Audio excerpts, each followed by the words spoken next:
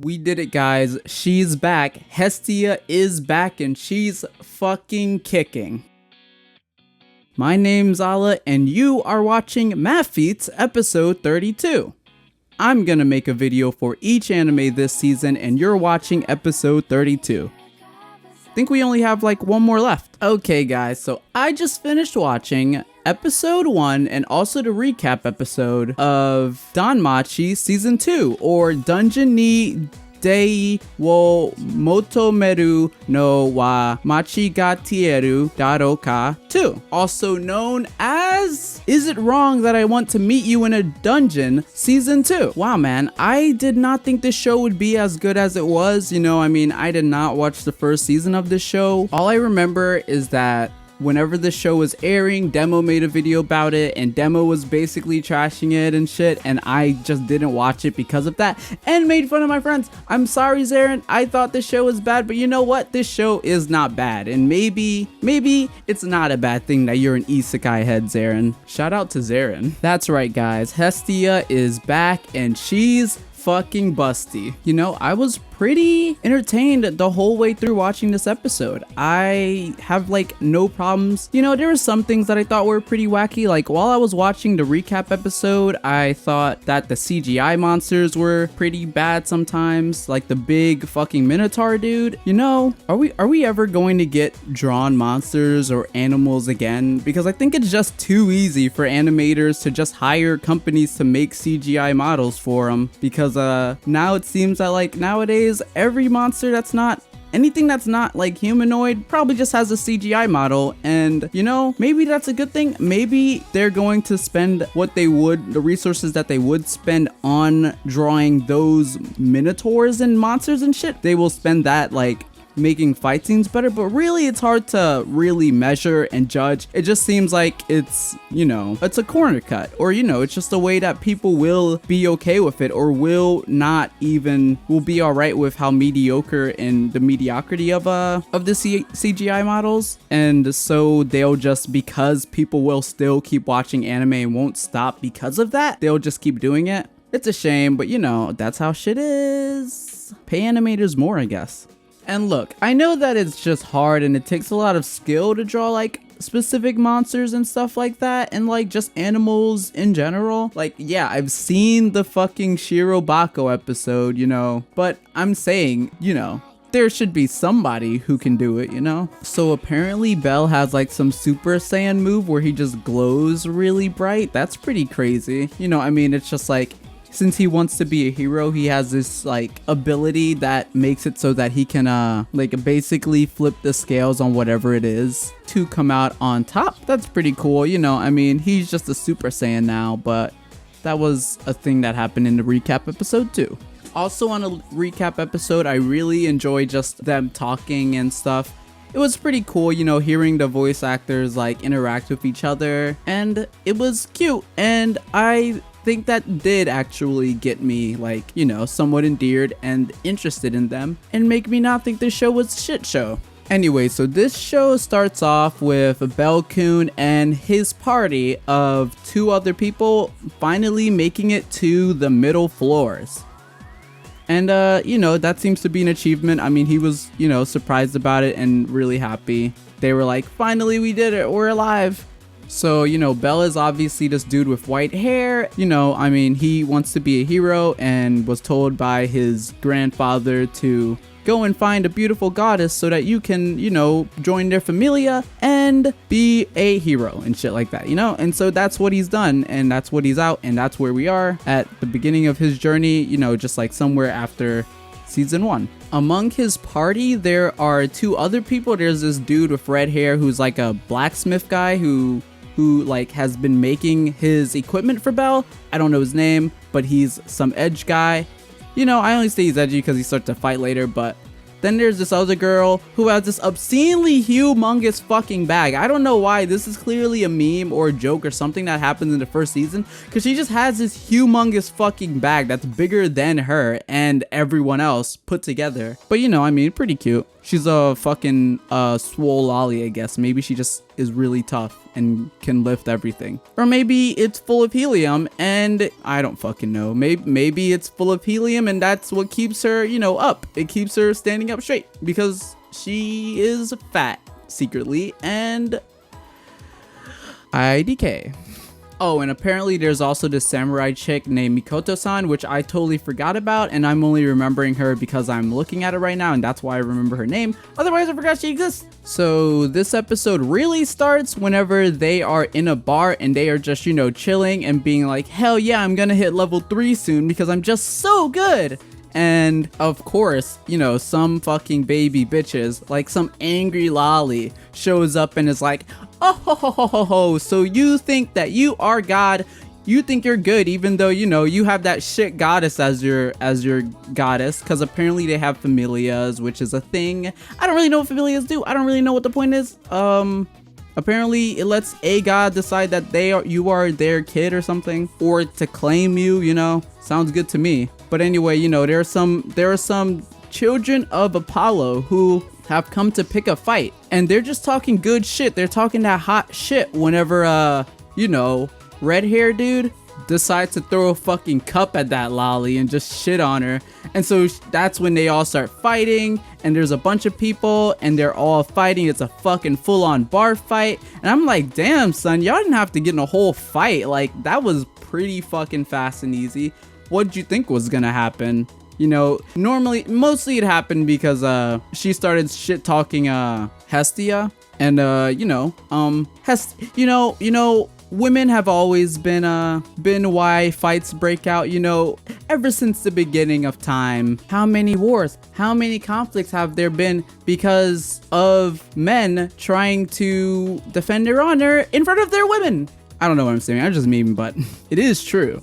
Anyway, it's very clear that this lolly is just angry because Hestia has huge tits, and you know, lollies just hate people with big tits. You know, that's just always been a time known cliche, you know, ever since, you know, even cavemen knew about this overused cliche. You could say that it has stood the test of time. Anyway, they're fighting and they're beating the shit out of these Apollo fags, and that's when some other dude who's real tight about, you know, having all his friends realizing that all his friends are fucking shit and weak and are getting beat by level 2s. And so he gets fucking pissed and beats the shit out of both of them, like in like 2 hits, and then he fucking is about to like literally kill Bell by crushing his neck out.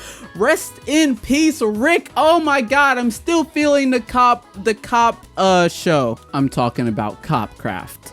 And then right when the dude is right about to crush Bell's neck, this other guy who seems to be some like edgy like white hair guy who's like a furry, you know, I don't know, maybe he's like, I have no idea.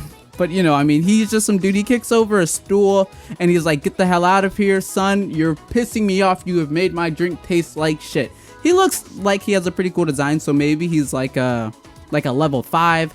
I don't know how high the levels go, but I think it's interesting. If the levels go up to like higher than 5, like if the levels go up to like 100 or like 50 or something, I'd say that'd be pretty cool because, like, you know, I mean, I think it's pretty interesting to have the main character not just like immediately like rush up from level 1 to like level 50 to level, you know, 100 that fast. Just like having season 1, him going from level 1 to level 2 seems like a more, you know, reasonable and like more grounded kind of growth for him, you know? Seems like they're really taking their time. Who knows? It could be that level 5 is the highest level though, and I'm just retarded because I'm not willing to research anything that was not in the recap episode. Anyway, Apollo's goons are like, you know, and they fucking dip and they are like, fuck you, idiot, hate you a lot, and they go. And then you see Hestia for the first time in the episode, and I don't really know why she doesn't go into dungeons. She goes into one of the dungeons in the recap episode, but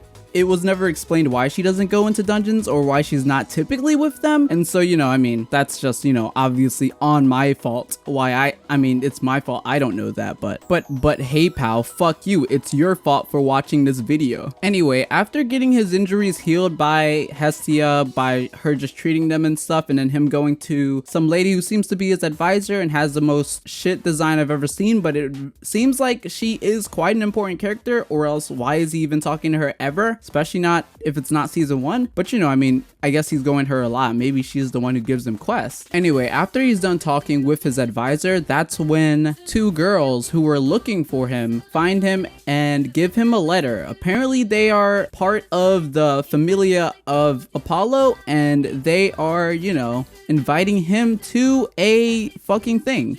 Their names are Daphne and Cassandra, and they are handing him a letter to an invitation to a banquet of the gods. And so, you know, all is right with the world, and basically you get to see all in like hot dresses and shit. You get to see Hestia in a dress and Belle in a tuxedo, and then also there are 2 other people who I have no idea who they are. So, you know, there's a whole lot of character interactions going on at this banquet, and there's a whole lot of things. At one point, Hermes tells Belle that Apollo is the kind of guy to be quite spiteful. So, you know, the camera zooms in on his face when he says that, so you can really tell that this is some foreshadowing, and that by the end of this episode, some shit is gonna happen. Some fuck shit's about to go down. At another point, the goddess of love, Freya, is walking by, and Hestia like jumps on Belle and is like, "Don't look at him, don't look at her, you'll fall under her spell." And she's just like, you know, covering his eyes and shit, and then she starts walking over and starting to seduce everybody. Freya, that is. She says to Belle, "Will you give me sweet dreams tonight?" At which point Hestia fucking slams her fucking hand off of him, and she says, "He will fucking not." And at that point I was like, holy shit, who is voice acting Hestia? Because her voice actor, her seiyuu, is fucking amazing. And so I look it up, and it is none other than fucking Inase motherfucking Inori. That's right, Noelle from Sura no Method, some chick from Surizuri Children, Meteora from fucking Ray Creators, Yuki from Gakko Garashi, Chino from Is the Order a Rabbit. There's also Swim Swim from Maho Shoujo Site, or is that Raising Project? It's a Raising Project. And then of course the other good person that I thought had a great voice this season, Rhinus from El Meloy. She's voicing both of these characters this season, and like Sun. And last but not fucking least, you guys probably thought I forgot, she's also the voice actor of fucking Rem. Hello? Is she just like the fucking Hanakana of this season? Hello? Okay, I guess Hana normally gets more than 2 roles per season, but you know, something like that. That's pretty crazy. Inori Minase, you're a god. I love you. Good shit. What a great performance done by her for this show. Anyway, so after that, there's like a couple yelling matches. It's just Hestia yelling at people, you know, and that's all pretty fun and cute, you know. At one point, Belle is outside and he's just chilling, you know, being like, "Oh yeah, I need some fresh air because I'm a beta and I'm afraid to talk to girls." And so he's outside when he sees like the guys that he got in a fight with outside talking and conspiring. And that's when he gets approached by Hermes, who is a fucking goat. And Hermes is just like, you know, talking to him saying, "Yo dude," he's asking him a couple questions. Then he's like, "Look, why don't you go dance with somebody?" And Belle's like, "Oh, but I'm scared. I've never danced before."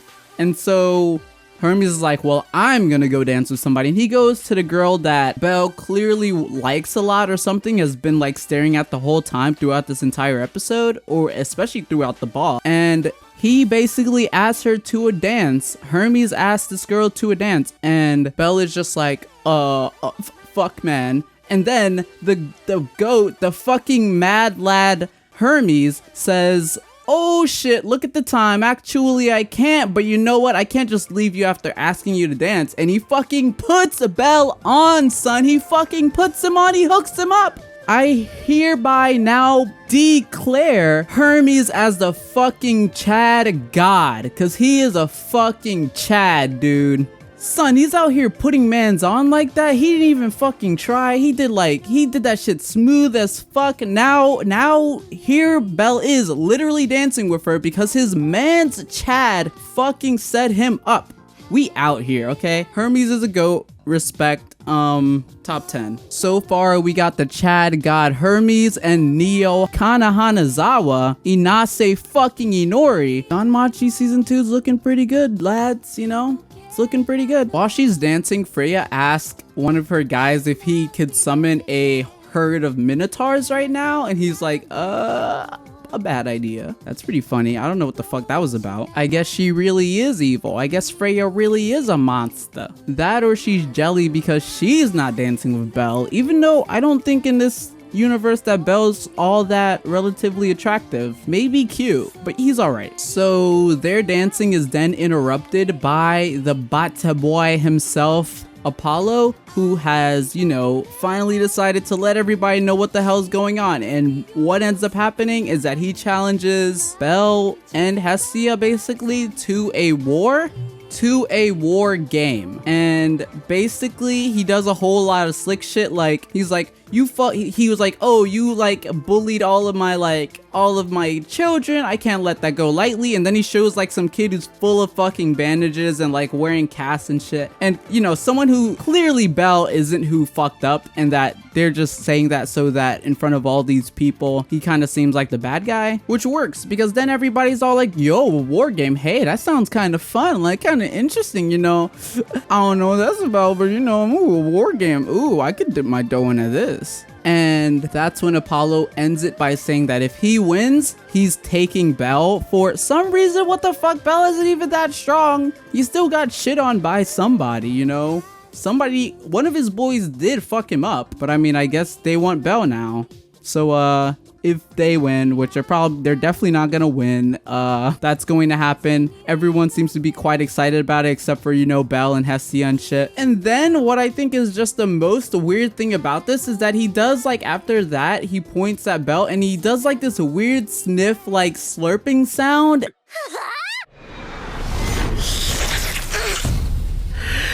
And that's like, what the fuck? It's fucking gross. I'm gonna show you guys it because this shit is fucking edgy. I don't even know what to say about this. That's deep. Anyway, guys, that's all I've got to say about DanMachi Season 2. This has been MAVFEATS episode 32. Thank you for watching, and I'll see you next time. MAVFEATS forever!